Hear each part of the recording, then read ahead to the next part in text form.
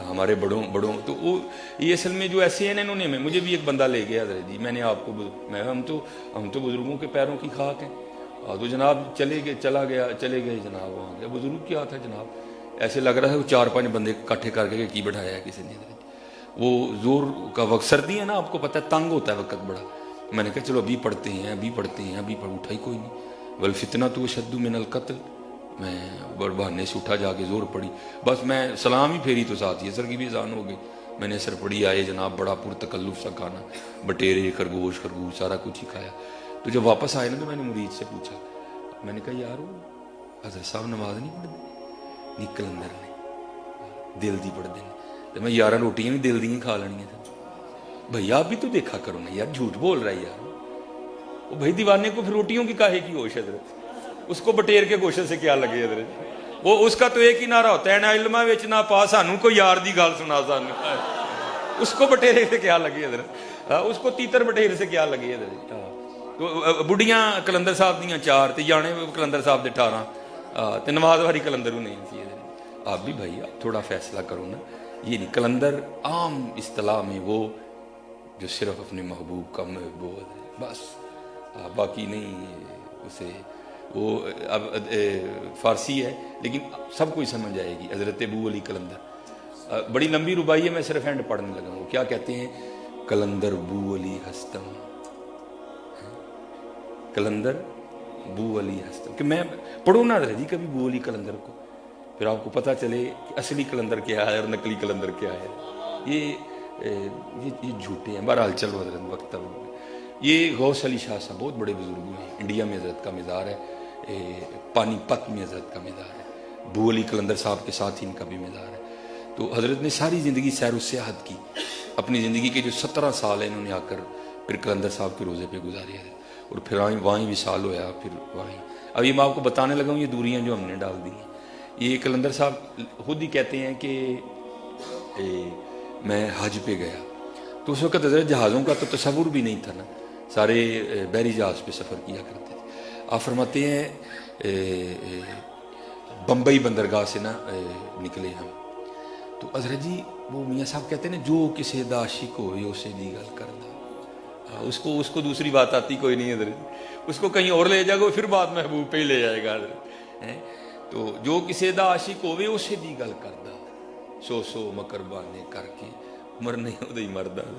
वो कलंदर साहब कहते हैं जब जहाज चल पड़ा ना तो सब पे नजर डाली, केड़ा इस तरह का जिसने कोई यार की गल करी, लेकिन कोई भी नहीं लभा है। एक लभा कि जिससे यार की बात तो नहीं की जा सकती लेकिन यार की जा सकती थी, और वो था जहाज का मौलिम।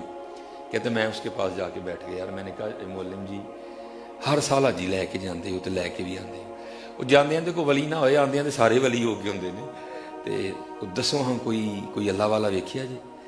तो कलंदर साहब कहते हैं वो मौले मुझे देख के कहता है हज़रत जी सारी जिंदगी जी 2 ही अल्लाह वाले वेखे, तो कि गल सुनावा पहले दी कि दूजे दी। आप फरमाते मैंने कहा पहले दी सुना। वो कहता है पहला अल्लाह वाला मैंने तब देखा था जब इस जहाज़ के मौले मेरे वालिद थे और मैं उनकी तरबियत में था। ऐसे जहाज़ बम्बई बंदरगाह से निकला और एक बाबा जी आए और आकर ना मेरे वालिद साहब को पूछते हैं हज़रत जी ये तो बताएं ये जद्दा बंदरगाह कब आएगी। तो कहते मेरे वालिद साहब बड़े प्यार से कहने लगे बाबा जी अभी तो बम्बई से निकली हैं, हाँ 11 दिन लगेंगे फिर आएगी। वो कहते हैं यार अगर पहले पता होता ना कि जहाज़ के सफ़र में बड़ा जी मतलाता है, उल्टी आती है, तो मैं कोई और रास्ता इख्तियार कर लेता, और रास्ता भी है, तो अब तो बैठ गया हूँ मैं। तो कहते मेरे वालिद साहब कहने लगे हज़रत अब तो 11 दिन से पहले कुछ नहीं हो सकता। कहते वो चले गए, असर पढ़ के फिर आए, वही सवाल किया, मेरे वालिद साहब ने वही जवाब दिया। मगरिब पढ़ के फिर आ गए, वही सवाल किया, लेकिन कहते इस दफ़ा मेरे वालिद साहब गुस्से में आ गए और कहने लगे बाबा जी मैं तो 11 दिन तो पहले नहीं लिया सकता, जो ਤੁਹਾਡੇ 'ਚ है हिम्मत लाओ जोर ते ले आओ। ये किताब मेरे पास मुस्तनद किताब है। कहते हैं वो बाबा जी पूछते हैं अच्छा मौलवी साहब फिर ये बताएं सबसे पहले कौन सी बंदरगाह आएगी। उन्होंने कहा सबसे पहले मुखा। अच्छा जी फिर हुदैदा, फिर अदन, फिर जद्दा। वो कहते हैं लो फिर आ गया जी जद्दा। कहते पीछे देखा तो वाकईतन रोशनियां दिखाई दे रही थी। कहते वालिद साहब घबरा गए, वो भी तो आधा दिन बम्बई बंदरगाह से निकले हुए हैं, یہ روشنیاں کس جگہ کی ہیں؟ جہاز کھڑا کیا, وہ کچھ لوگ گئے دیکھنے, انہوں نے آ کر کہا جناب واقعی جدہ آ گیا جی. کیونکہ وہ اس کی روحانی طاقت اتنی زیادہ تھی, وہ جس بندرگاہ کا نام لیتا تھا نا وہ جہاز اٹھا کے وہاں رکھ بھی دیتا تھا, اس کی روحانی طاقت اتنی زیادہ تھی حضرت. اچھا وہ غوث علی شاہ صاحب کہتے ہیں اچھا جی یہ تو ہو گیا پہلا اللہ والا, اب دوسرے کی سناؤ. وہ کہتا جی دوجی اللہ والے تسی ہی ہو. کہتے میں نے پوچھا حضرت وہ پہلے اللہ والے کا تو آپ نے اتنا بڑا کمال دیکھا اپنی کھلی آنکھوں سے حالت بیداری میں, تو میرا کیا دیکھا کہ مجھے بھی اللہ والا بنا دیا. وہ کہتا ہے حضور عمر گزر گئی حاجی لے کے جاتے ہوئے لے کے آتے ہوئے, آج تک کسی نے اللہ والے کا پتہ نہیں پوچھا, اللہ والے کا پتہ بھی اللہ والے پوچھتے ہیں. اللہ اللہ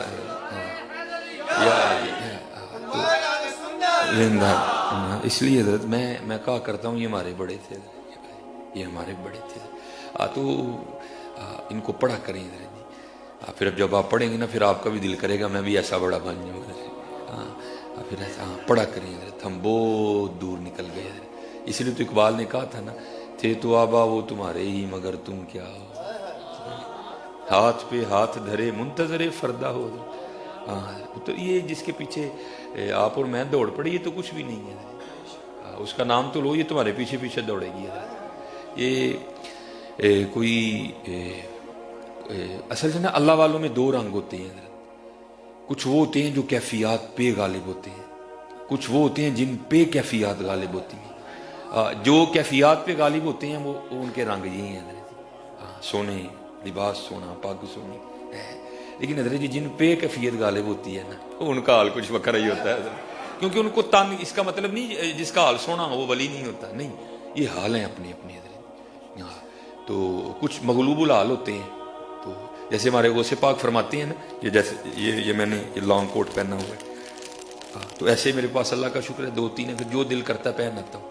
تو حضور غوث پاک کہتے ہیں جیسے تم اپنے جبے بدلتے ہو نا اللہ نے مجھے ایسے حال عطا کیے جو دل کرتا ہے میں طاری کر لیتا ہوں. دل کیا تو جذب طاری کر لیا, دل کیا تو استغراق طاری کر لیا, دل کیا تو شوق طاری کر لیا, دل کیا تو سوز طاری کر لیا. کہتے جیسے تمہارے پاس جبے لٹکے ہیں نا عبد القادر پہ اللہ اور اللہ کے رسول کی اتنی مہر ہے, میرے پاس حال لٹکے ہوئے ہیں, جو جی چاہتا ہے میں حال طاری کر لیتا ہوں. لیکن حضرت جی کچھ ہوتے ہیں مغلوب الحال, وہ بیچارے نہیں, وہ جو سرکاری آرڈر آ گیا جہاں آ گیا بس وہ ان کے حال وکھرے ہوتے ہیں. وہ کوئی ایسے ہی بابا تھا جو مغلوب الحال تھا, تو وہ تن کا وہ اشتورا کوئی نہیں تھا, وہ کپڑے جگہ جگہ سے پھٹ گئے, سر پہ وہ کو پرنا سا لپیٹا تھا وہ بھی پھٹ گیا. اس شہر میں نا حضرت ایک سنیاسی آ گیا جس کے پاس سونا بنانے کا نسخہ تھا حضرت, اور میں نے اپنی آنکھوں سے بھی زیارت کی ہے. زیارت تو ہے نہیں کہ اس کو کہنا چاہیے, اس نے کون سا کمال کر لیا, زیارت تو ایسے لوگوں کی کرنی چاہیے. یہ کوئی کمال نہیں ہے حضرت, یہ کوئی کمال نہیں ہے. اللہ کا شکر ہے, سونا ہمارے لیے, ہم سونے کے لیے نہیں کوئی. تو وہ اس کے پاس میں سونا بنانے کا نسخہ تھا. تو جیسے لوگ ہوتے ہیں حضرت یہ ایک شہر میں ٹھہرتے نہیں, یہ ٹریول کرتے رہتے ہیں, ٹھہریں گے تو جہاں گوائیں گے حضرت. وہ آیا تو آ کے نا وہ بابے کے پاس بیٹھا, تو بابے کا رنگ دیکھا, ڈھنگ دیکھا, شوق دیکھا, سوز دیکھا, جذب دیکھا بابے کا, تو وہ سمجھ بیٹھا کہ یہ بابا غریب ہے. وہ غالب نے کہا تھا نا بدل کر بھیس فقیروں کا غالب, تماشا اہل کرم دیکھتے ہیں. ہم تو تماشا دیکھ رہے ہیں, ہم غریب نہیں ہیں حضرت. ہاں تھوکتے نہیں وہ تختے سکندری پر, بستر لگا ہو آقا جن کا تیری گلی میں. ان کو کیا لگے حضرت ان چیزوں, ان کو نہیں ان چیزوں کا آتا کوئی بھی. وہ اس نے سمجھا کہ بابا واہ ہی ماڑا ہے. تو لیکن بابے پہ پیار بھی آیا, باہر گیا جا کے نا, تو کسی سے کاپی پینسل لی اور وہ سونا بنانے کا سارا نسخہ لکھا, ترکیب لکھی, تو لا کے نا بابا جی کو پیش کیا. تو بابے ہوری کہتے ہیں سنیاسی بابیا کی عرض کی حضور ویکھو نا کپڑے پاٹ گئے نے, پگ بھی پاٹ گئی, اے سونا بنان دا نسخہ ہے, جنہ دل کرے گا بنائیے, یہ دل نہیں توڑتے کسی کا. مسکرا کر کہنے لگے یار ورلا ہے نا اتنے چھت دے وچ, اے تھے ذرا سام دے, ٹائم لگے گا تے بناواں, نہ ٹائم لگنا نہ بنانا. ان کو کام ہی ایک ہے, نہ غرض کسی سے نہ واسطہ, مجھے کام ایک ہی کام سے, تیرے ذکر سے, تیرے فکر سے, تیرے نام سے, تیری یاد سے. ان کو کیا لگے حضرت, اس کا بھی دل رکھ لیا, ٹائم لگے گا تو بناواں گے حضرت. वो दे के चला गया। अच्छा यार बड़ी दुनियादारी की, पहली बार किसी अल्लाह वाले के काम आया हूँ, शायद कल माफ़ी मिल जाए। वो 2-3 साल बाद ना घूमता घूमता उसी शहर वापस आ गया। तो वो जो है ना दिल में ख्याल आया वो हुआ थे तो बाबे और नुस्खा दे के गया। तो अब तक तो बाबे ने ढेर लगा दिया होगा सोने का बना बना के, लेकिन जब आया ना तो देखा बाबे की वही कुटिया। दिल में ख्याल आया नहीं बाबे और टुर गए होने, नहीं जाने किसी और दे गए। अंदर गया तो देखा बाबा जी बैठे हैं, वही सूट पाया ये वही सूट पाया। तो बड़ा गुस्सा लगा, ऊपर देखा तो नुस्खा भी ऊपर ही, और गुस्सा लगा। वो यार दुनिया मांगती फिरती है, मैं देता नहीं, बाबे को दिया, बाबे ने बनाया नहीं। खैर वो जब मगरिब का वक्त करीब आया ना, सारे लोग चले गए, तो पूछता है बाबा जी वो नुस्खा दिता सी बनाया नहीं जी। वो भाई टाइम ही नहीं लगा। हाँ चल तू आ गया तो हम कट्ठे बनावांगे। ते तेरा वुजू है? उन्हें कहा जनाब मेरा तो वुजू नहीं, भी मेरा नहीं है। तो पेशाब भी आया तो मगरब की जमात छेती खलो जाती है, तो आह जरा मेरे नाल बाहर पेशाब करके तो नाल एक वुजू भी बना आइए। उसको ले गए बाहर, थोड़ा सा आगे बैठ के ना, भी सतर नहीं खोला, सितर फिर नहीं बोलते हैं। उसको कहते हैं यार वो पेशाब करन ते बह गया तो मिट्टी दियां टेमां तो चुकियां ही नहीं, तो जरा मिट्टी दियां 3 टेमां तो फड़ा ताकि बाद च मैं पाक भी हो जाऊँ। अब वो जो है ना वो मट्टी उठाने के लिए नीचे हुआ, तो नीचे देखा तो जमीन सोने की जमीन सोने की है। वो बड़ा हैरान हुआ। जो नुस्खा मेरे पास है, बड़ी मेहनत करो तो 2.5-3 माह के बाद कुछ चंद किलो ही बनेगा, ये सारी सोने की कैसे हो गई? ये क्या हुआ? दाएं देखा तो सोना, बाएं देखा तो सोना, आगे देखा तो सोना, पीछे देखा तो सोना। अब बाबा जी ने काम किया था, उसको आवाज मार लगा के कहते हैं ओ सन्यासी बाबे, लगता तो मगरब की जमात छड़वा के छड़ना है, क्यों नहीं मिट्टी दियां टेमां फड़ान दिया? और कहता हजूर कहां से पकड़ाऊं, मिट्टी है ही नहीं, जहां तक नजर जाती सोना ही सोना है।